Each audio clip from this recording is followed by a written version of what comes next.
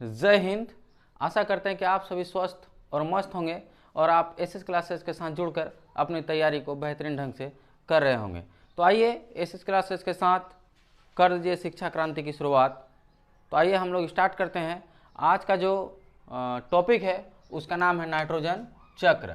Nitrogen चक्र, आप जानते हैं कि इस वायुमंडल में 78.08% नाइट्रोजन गैस है। यानी कि अगर सर्वाधिक मात्रा में पाया जाने वाला गैस है तो वो है हमारा नाइट्रोजन।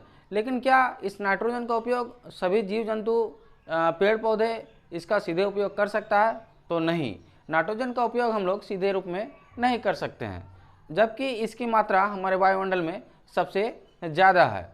इस नाइट्रोजन का उपयोग जो है पेड़ पौधे नाइट्रेट के रूप में करते हैं। इसका मतलब हुआ कि ये जो पेड़ पौधे रहते हैं इनके जड़ों में राइजोबियम नामक जीवाणु पाए जाते हैं। ये नाइट्रोजन को नाइट्रेट में बदलते हैं और इसका उपयोग करते हैं। आपने देखा होगा कि जो हम लोग चिप्स खाते हैं, कुरकुरे खाते हैं या कोई भी खाद्य पदार्थ जो पैकेट में बंद रहता है उसके अंदर नाइट्रोजन गैस भर दिया जाता है ताकि वो खराब होने से बचा जा सके। माना उसका खाद्य परिरक्षण करके किया जाता है नाइट्रोजन गैस डालकर। तो चलिए हम लोग देखते हैं नाइट्रोजन के बारे में कि आखिर नाइट्रोजन का जो है वायुमंडल में चक्रण कैसे होता है। तो आइए हम लोग स्टार्ट करते हैं। देखते हैं कि जो नाइट्रोजन है वो वायुमंडल में सबसे ज़्यादा मात्रा में नाइट्रोजन गैस पाया जाता है। ये नाइट्रोजन गैस ऑक्सीजन गैस से मिलकर वायुमंडल में ये नाइट्रोजन गैस ऑक्सीजन गैस के साथ मिलकर नाइट्रोजन ऑक्साइड बनाता है। नाइट्रोजन ऑक्साइड बनाता है, यानी कि ये नाइट्रोजन ऑक्साइड जो है हमारे फैक्ट्रियों में या फिर वाहनों में जो प्रदूषण के रूप में जो गैस निकलता है उसमें नाइट्रोजन ऑक्साइड रहता है। ये नाइट्रोजन ऑक्साइड वर्षा के जल द्वारा, जब बरसात होता है तो वर्षा के जल द्वारा उसमें मिलकर नाइट्रिक अम्ल का निर्माण करता है।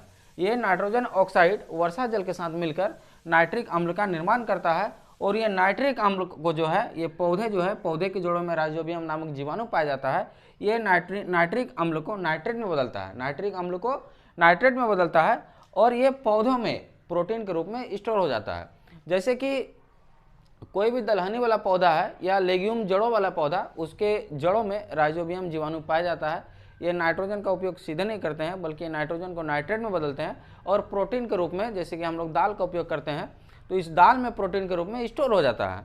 ये जो प्रोटीन के रूप में स्टोर होता है इसको फिर क्या करता है, जो जंतु है ये जंतु जो है दाल के रूप में प्रोटीन को ग्रहण करते हैं। तो जंतु के शरीर में प्रोटीन के रूप में ये नाइट्रोजन पहुंच जाता है और पौधे में नाइट्रोजन के रूप में, नाइट्रेट के रूप में ये प्रोटीन के रूप में स्टोर रहता है। अब देखिए, ये जब पौधे या जंतु जब मृत अवस्था में होते हैं, पौधे या जंतु जब मर जाते हैं तो उसमें क्या होता है कि ये मृत अवस्था में उनके अंदर जो प्रोटीन रहता है ये अमोनिया में बदल जाता है। किस में बदल जाता है? अमोनिया में। ये जो अमोनिया में बदलता है इसको हम लोग अमोनीकरण कहते हैं। अमोनीकरण, अमोनिया में बदलने की प्रक्रिया को अमोनीकरण कहते हैं हम लोग, अमोनीकरण। तो ये मृत अवस्था में अमोनिया में बदल जाता है और फिर अमोनिया जो है वो जीवाणु के द्वारा, अमोनिया जीवाणु के द्वारा नाइट्रेट में बदल जाता है। अमोनिया जीवाणु के द्वारा नाइट्रेट में बदल जाता है। फिर ये नाइट्रेट क्या होता है कि जल द्वारा या फिर ह्यूमस द्वारा या फिर बैक्टीरिया द्वारा, जल के द्वारा बहाकर या फिर ह्यूमस के रूप में या तो फिर बैक्टीरिया के द्वारा पुनः अपघटित होकर, पुनः इसका अपघटन होकर फिर से ये हमारे वायुमंडल में चला जाता है। और देखिए, ये जो वायुमंडल से इसका जो प्रक्रिया प्रारंभ हुआ था वो पुनः फिर वायुमंडल में वापस चला गया। इसी प्रक्रिया को हम लोग बोलते हैं नाइट्रोजन चक्र।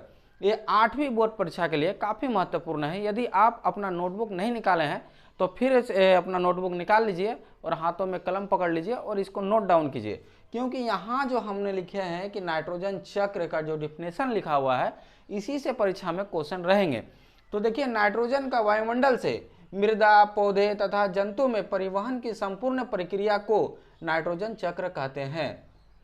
यही आपका ऑब्जेक्टिव रूप से क्वेश्चन बनेंगे या फिर फिल इन द ब्लैंक्स के रूप में ये क्वेश्चन बनेंगे कि नाइट्रोजन का वायुमंडल से मृदा, पौधे तथा जंतु में परिवहन की संपूर्ण प्रक्रिया को कहते हैं। तो आपका आंसर हो जाएगा नाइट्रोजन चक्र। आपका आंसर क्या हो जाएगा? नाइट्रोजन चक्र। आज देखिए हम लोग नाइट्रोजन चक्र के बारे में अध्ययन किए और आगे क्या करेंगे, हम लोग होने वाले सूक्ष्मजीवों से होने वाले रोगों के बारे में हम लोग अध्ययन करेंगे।